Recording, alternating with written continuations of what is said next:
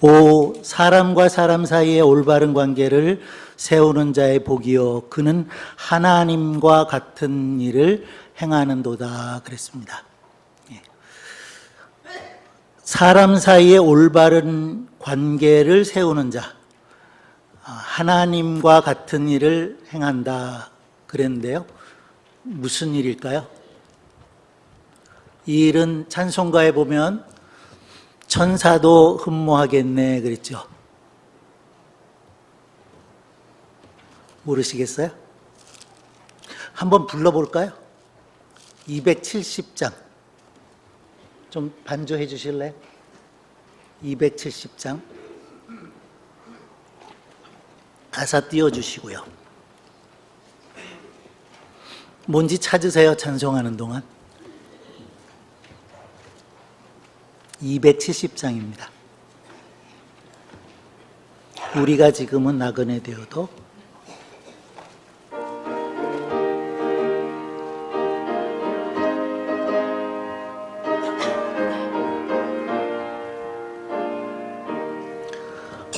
우리가 지금은 나그네 되어도 화려한 천국에 멀잖아 가리니 이 세상 있을 때 주 예수 위하여 우리가 힘써 일하네.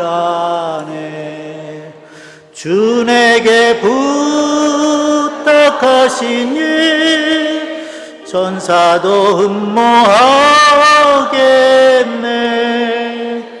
화목해 하라신 구주의 말씀을 온 세상 널리 전하세.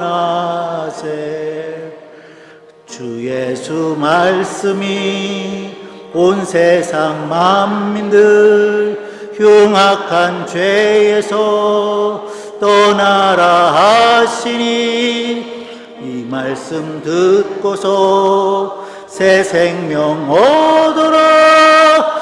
이 기쁜 소식 전하세. 주 내게 부탁하신 일 천사도 흠모하겠네. 화목해 하라신 구주의 말씀을 온 세상 널리 전하세.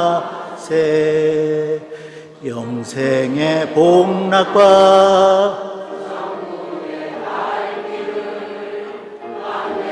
나가서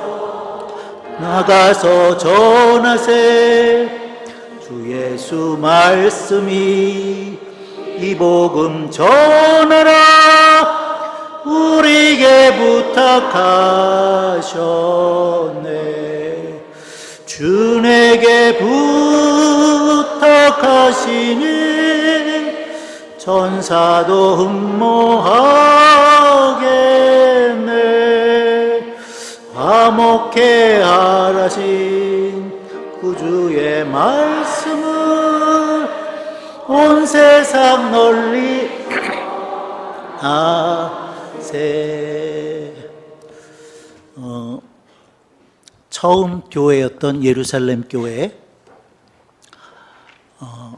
하나님께서 일꾼을 세우라고 명령하시는 것을 볼 수가 있습니다.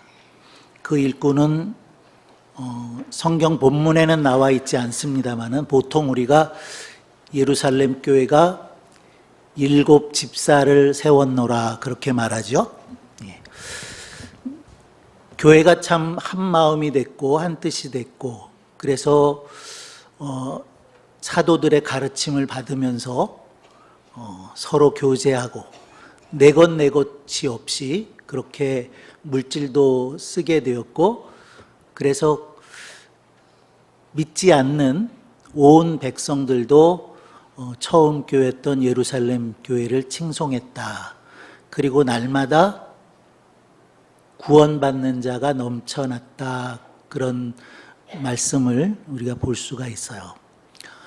그 7 집사를 선택할 때 무엇을 위해서 선택했냐면 구제하는 일 때문에 7을 선택을 했습니다. 교회 안에 히브리파가 있었고 또 헬라파가 있었는데 처음에 교회에서 매우 중요하게 한 일 가운데 하나가 구제하는 일이었어요. 구제, 특히 과부를 구제하는 일이었는데 그 가운데 이제 본래 히브리인들, 히브리 말을 쓰고 원래 그 지역에 살던 사람들이 있었고 또 성령 강림 때 보게 되면 아주 여러 지역에서 유대인들이 왔지요. 디아스포라 유대인들 가운데서 히브리어를 사용하지 않고 헬라어를 쓰는 그런 사람들이 있었다는 겁니다. 그런데 구제하는 일들을 하는데 히브리파 과부들은 구제가 잘 되었는데요. 헬라파 과부들에게는 좀 부족하게 되어진 부분들이 있었던 것 같습니다. 그래서 그 일 때문에 사도들은 온 그 교회 식구들을 불러놓고 구제하는 일을 위해서 믿음이 충만하고 성령이 충만하고 지혜가 충만하고 칭찬 듣는 사람들을 따로 세우자. 그래서 기도하고 그 7사람을 세우고 안수하였노라고 말씀하고 있지요. 그러면서 사도들은 우리는 기도하는 일과 말씀 전하는 일에 전무하겠다 그랬습니다. 아직까지 교회 안에 어떤 직분이 생겨나지 않았던 때인데요. 교회가 필요를 위해서 직분자들을 세웠다는 겁니다. 자, 오늘 말씀으로 돌아가서 고린도전서 후서 5장 17절의 말씀은 비교적 우리가 잘 아는 말씀인데 한번 같이 해볼까요? 그런즉 누구든지 그리스도 안에 있으면 새로운 피조물이라. 이전 것은 지나갔으니 보라 새 것이 되었도다. 아멘. 자, 우리가 누구인가 하는 것을 말씀하고 있습니다. 그리스도인들인 우리들은 그리스도 안에서 새롭게 지어진 존재다라고 말씀하고 있고, 그래서 이전 것은 지나간 것이 되어버렸고 새로운 존재가 되었다라고 말씀하고 있는데요. 이렇게 새로운 존재가 된 우리들에게 하나님께서 맡겨주신 것이 있다는 거죠. 아까 처음에 바클레이가 사람과 사람 사이의 올바른 관계를 세우는 자의 복이요 그는 하나님과 같은 일을 행하였도다 라고 했는데 그것이 무엇이죠? 잘 모르시면 그냥 읽으셔도 됩니다. 읽기 싫으시군요. 화목하게 하는 자 뜨지 않았어요? 예, 화목하게 하는 직책. 하나님께서 우리를 새롭게 하셨다는 얘기는 달리 말하면 하나님께서 우리를 하나님과 화목하게 하셨다. 하나님께서 예수 그리스도를 통해서 우리를 하나님과 화목하게 하셨다는 거죠. 그래서 우리는 하나님과 화목하게 되었고 또 사람들과 화목하게 되었고 우리 자신과도 화목하게 되는 그런 존재, 나아가서는 하나님께서 지으신 모든 자연들과의 관계 속에서도 화목하게 되는, 잘 지켜져야 한다는 것입니다. 우리가 자주 생각하지만 아브라함을 생각해 보도록 하겠습니다.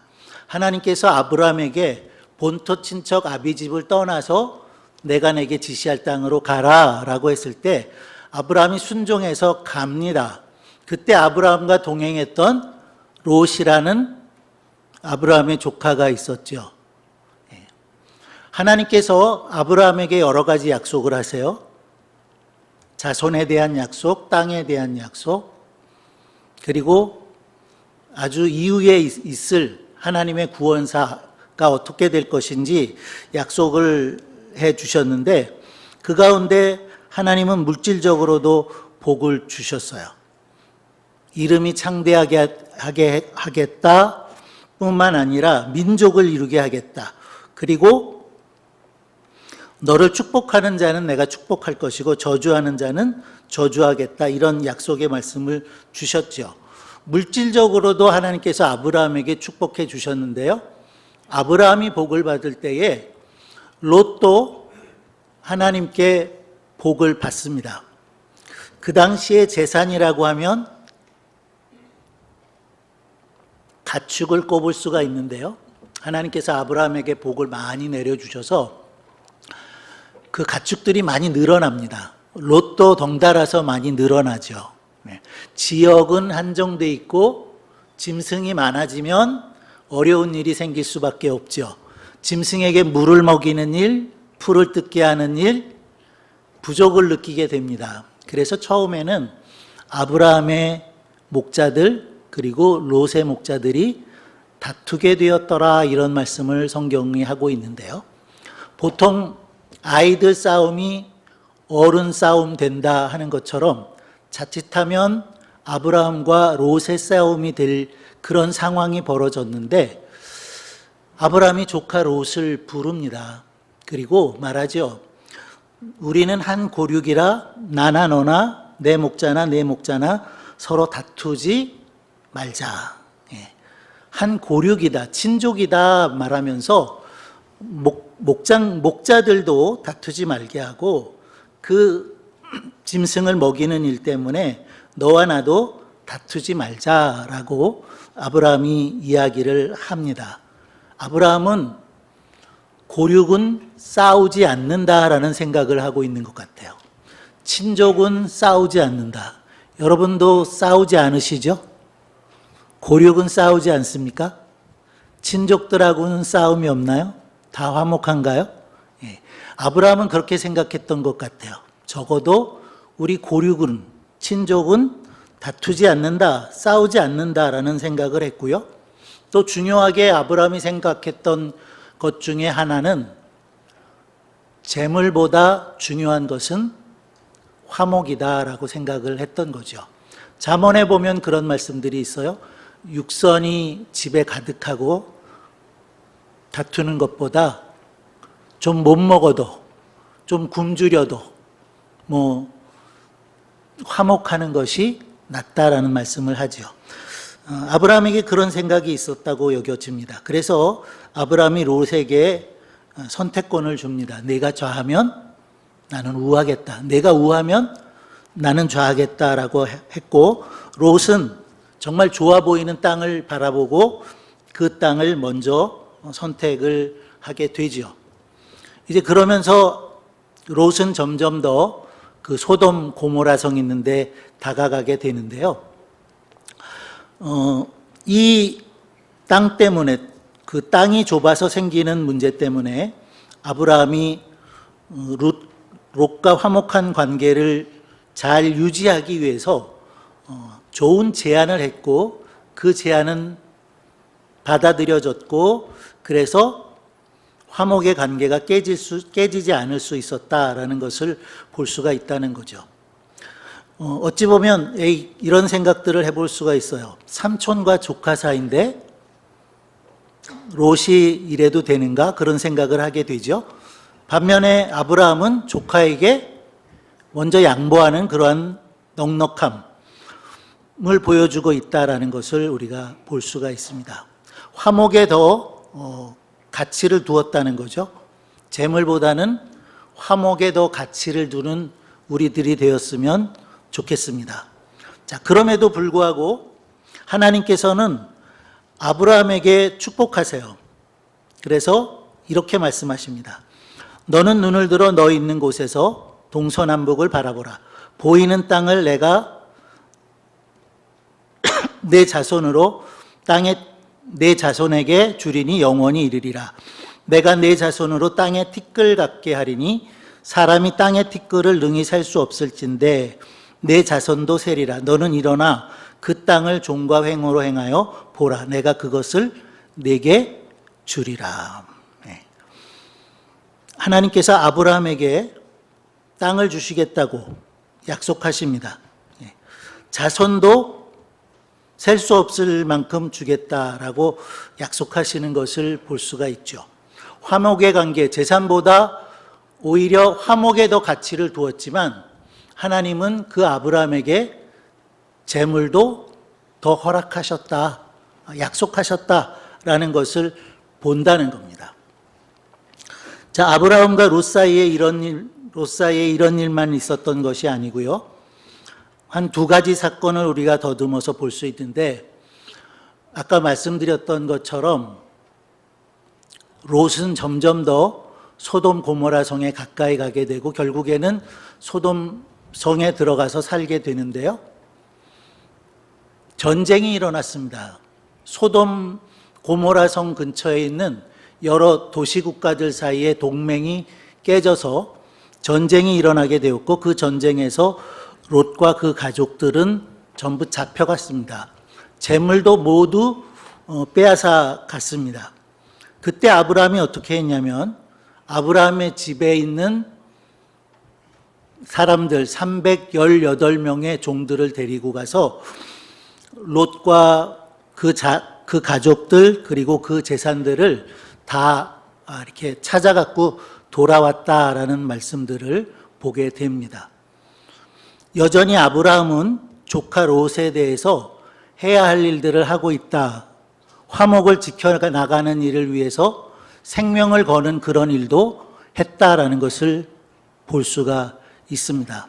뿐만 아니라 하나님께서 소돔 고모라 성을 멸망시키실 때에, 심판하실 때에 아브라함에게 그 소식을 전해줍니다. 아브라함이 그 소식을 듣고 하나님께 기도했습니다. 하나님, 의로운 사람이 소돔 성에도 분명히 있을 텐데 의인과 악인을 함께 멸하시는 것은 옳지 않습니다. 정의로운 일이 아닙니다. 라고 하면서 하나님께 말씀드리죠. 하나님, 혹시 소돔 고모라 성에 의인 50인이 있으면 어찌하시겠습니다? 물었죠? 의인 50인이 있으면 어찌할 건가? 하나님께서 대답하시죠? 그 성을 내가 그렇다면 멸망시키지 않겠다. 거기서부터 시작해서 45인, 40인, 30인, 20인, 10인까지 내려갔어요. 의인 10명만 있어도 소돔 고모라 성을 멸망시키지 않겠노라고 하나님 말씀하십니다. 그러나 의인 10명이 없었어요. 정확히 말하면 의인이 없었다고 봐도 되겠죠. 그러나 하나님께서 아브라함을 생각하셔서 조카 롯을 구원하셨다라는 말씀을 보게 되는 거죠. 소돔성이 멸망될 때 아브라함은 조금 더 그런 생각을 품지 않았을지 모르지만 저 같은 사람은 조금 그런 생각을 품을 수도 있었을 것 같아요. 혼자 욕심내서 좋은 땅 차지하더니 속으로 깨소금 맛이다. 그랬을 수도 있다는 거죠. 그러나 아브라함은 그런 사람이 아니었다는 거예요. 하나님께서 허락하신 삼촌과 조카 사이의 관계인데요. 그 화목했던 관계를 계속해서 지켜나갈 수 있도록 해야 할 일을 힘써서 하는 아브라함을 보게 된다는 거죠. 그런 면에서 아브라함은 화목해하는 직책을, 화목하게 하는 직분을 꽤 힘써서 지켜나갔던 그런 사람이었다는 사실을 우리가 보게 되고요. 우리도 아브라함과 같이 그렇게 화목을 위해서 기도하고 또 애쓰고 희생하고 양보하는 그런 화목하는 직분을 맡은 그런 직분자들이 다 되시기를 바랍니다. 이처럼 아브라함에게서 우리는 화목하게 하는 직분을 열심으로 잘 지켜나가는 모습을 보았는데요. 이삭에게도 그런 모습을 우리가 발견할 수 있습니다. 이삭도 화목을 도모하는 사람이었다라는 것인데, 창세기에 보면 하나님께서 이삭에게 복을 주셔서 거부가 되었노라 라고 말씀합니다. 그러나 블레셋 사람들이 그 이삭을 시기해서 아버지 아브라함 때 팠던 우물을 흙으로 메꿔버립니다. 그리고 블레셋 사람들도 그 이삭의 우물을 빼앗는 일들이 이렇게 벌어지게 되었는데요. 그 말씀들 속에서 보면 이삭이 우물을 몇 번이나 새로 팠다는 사실들을 말씀합니다. 그랄 목자들이 그 우물들을 빼앗았지만 이삭은 전혀 그들과 다투지 않았어요. 이거 이삭이 팠지만 이거 우리 우물이다라고 뺏어가고자 했을 때에 그것을 그냥 주었다는 거죠. 이런 일들이 몇 차례 있고 나서 나중에 그 그랄 왕 아비멜렉이 이삭을 찾아와서 말합니다. 이렇게 말했어요. 여호와께서 너와 함께 계심을 우리가 분명히 보았으므로 우리의 사이 곧 우리와 너의 사이에 맹세를 세워 너와 계약을 맺으리라. 이렇게 얘기했다는 거죠. 우물을 빼앗아 갔던 그랄 왕이 하나님께서 이삭과 함께 있는 걸 보았다는 거예요. 무엇을 본 걸까요? 우물을 흙으로 메워버려도 다투지 않아요. 이삭이 판 우물인데 내 거라고 와서 빼앗아가도 다투지 않았어요. 한 번, 두 번이 아닌 그런 일들이 있었지만 이삭은 한 번도 그들과 다투지 않았다는 겁니다. 화목하는 일을 위해서 양보하고 또 양보했던 이삭, 그는 화목하게 하는 직분을 참 힘써 지켰다. 그렇게 말할 수 있을 것입니다. 성경은 우리에게 이런 말씀을 합니다. 평안에 매는 줄로 성령에 하나 되게 하신 것을 힘써 지키라. 하나가 되어지는 것은 성령께서 하시는 일이라는 거죠. 물론 우리가 사람들의 이야기를 함께 나눴습니다마는 그저 되어지는 것이 아니라 성령께서 함께 하셔서 되어지는 것이고, 그러므로 그것을 힘써 지키라고 우리에게 말씀하고 있습니다. 관계가 깨어지지 않도록 최선을 다하라는 것이고, 화목이 깨어지지 않도록 그 화목함을 지켜나가는 것, 그것의 소중함을 우리가 기억할 수 있기를 바랍니다. 그런데 그 화목이 지켜지지 않는 일이 있을 수 있습니다. 화목이 깨어진 경우, 그때는 다시 회복하기 위해서 애써야 하는 또 다른 것이 있는데요. 그것은 바로 용서하는 것입니다. 골로새서 3장 13절에 이렇게 말씀하셨어요. 누가 네게 혐의가 있거든 서로 용납하여 피차 용서하되 주께서 너희를 용서하신 것 같이 너희도 그리하고 이 모든 것 위에 사랑을 더하라. 이는 온전하게 매는 띠니라 라고 말씀하셔서 서로 용납하라. 그리고 서로 피차에 용서하라 라고 말씀하시죠. 왜 우리가 피차에 용납하고 피차에 용서해야 되는 것입니까? 그것은 주께서 너희를 용서했기 때문이다라는 거예요. 우리는 다 예수 그리스도를 통해서, 예수 그리스도의 십자가, 예수 그리스도의 그 피를 통해서 용서함을 받은 사람들입니다. 그렇기 때문에 우리도 용서하는 것이 마땅하다는 거죠. 심지어 예수님은 십자가에서 죽으시면서까지 아버지여 저희를 사하여 주옵소서 자기의 하는 것을 알지 못하니이다 라고 용서의 기도를 드리셨던 것을 우리가 볼 수가 있습니다. 우리는 용서하며 살아가야 됩니다. 우리가 용서하게 될 때에 깨어진 관계가 회복될 수 있다는 것입니다. 용서를 생각할 때에 우리가 또 생각해 볼 사람이 있는데요. 요셉입니다. 잘 아시는 것처럼 요셉은 형들의 시기를 받아서 노예로 팔려갔습니다. 노예로 죄수로 13년이라는 긴 세월을 보냈고 그 이후로 형님들을 다시 만나게 되었는데 그때 요셉이 그 형들을 다 용서합니다. 그리고 이런 말을 했죠.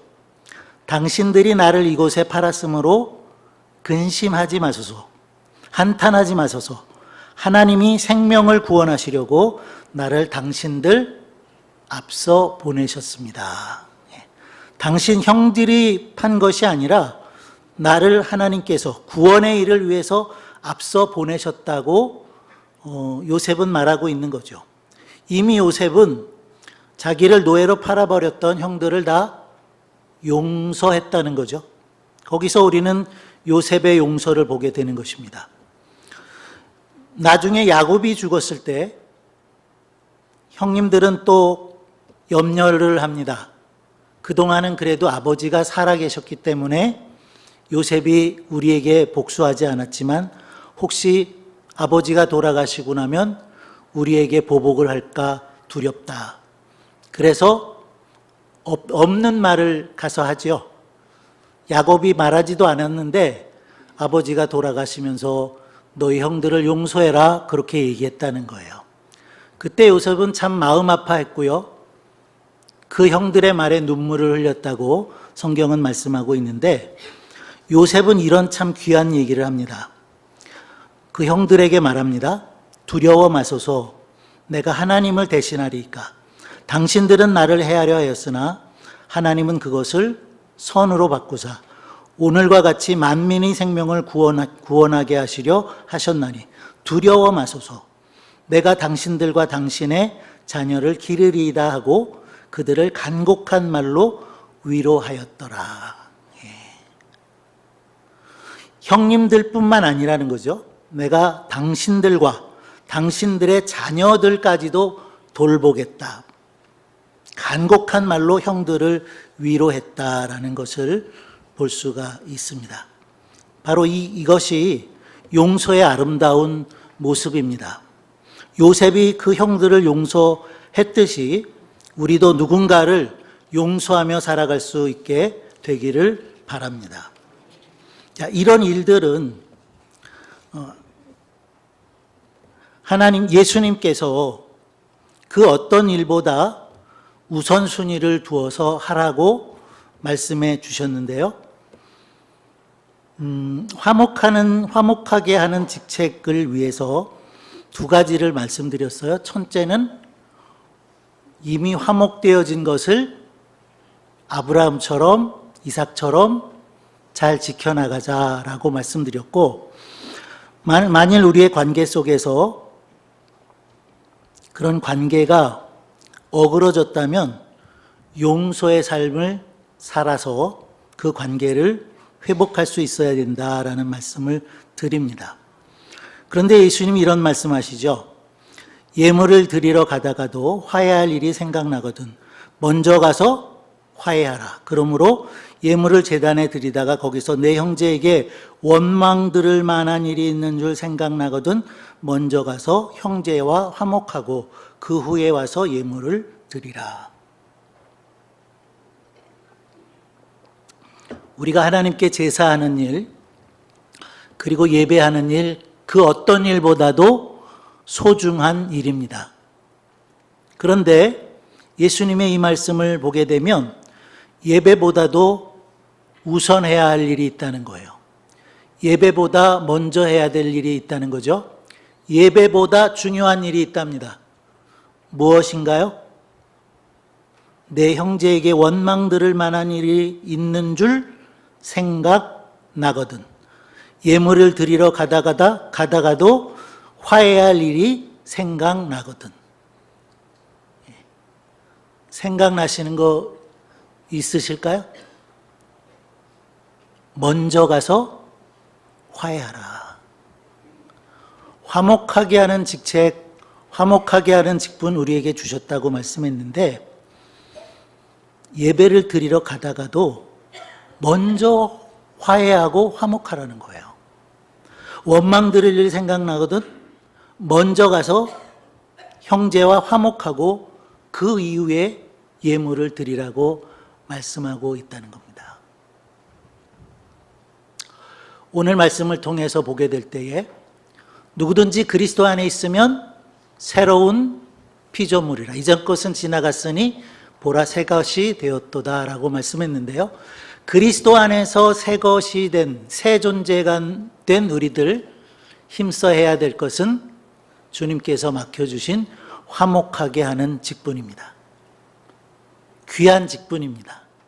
이 직분 힘써 지켜나가는 우리 모든 성도들이 되시기를 바랍니다. 기도하겠습니다. 하나님 아버지, 은혜를 감사합니다.